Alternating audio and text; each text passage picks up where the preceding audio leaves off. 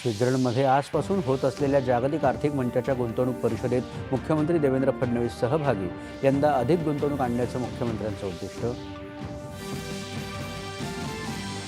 महाराष्ट्राच्या वेगवान वाटचालीमुळे पुढच्या 3 ते 4 वर्षात $1 ट्रिलियन अर्थव्यवस्थेचं ध्येय साध्य करणारं महाराष्ट्र हे देशातलं पहिलं राज्य ठरेल, मुख्यमंत्र्यांचा विश्वास.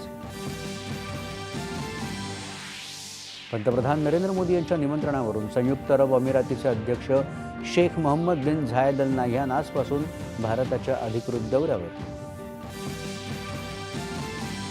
लखनौ इथं उत्तर प्रदेश विधान भवनात आजपासून 86व्या अखिल भारतीय पीठासीन अधिकारी संमेलनाला प्रारंभ.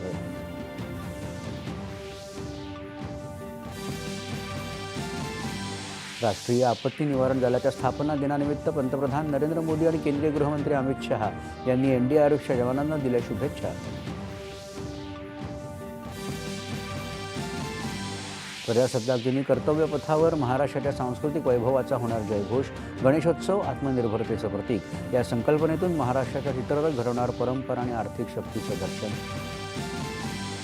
मुंबई महापौर पदावरून राजकीय वर्तुळात चर्चा आणि तर्कवितर्क सुरूच.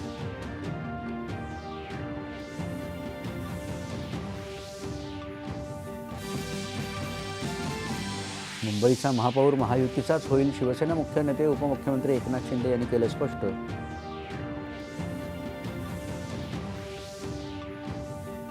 आणि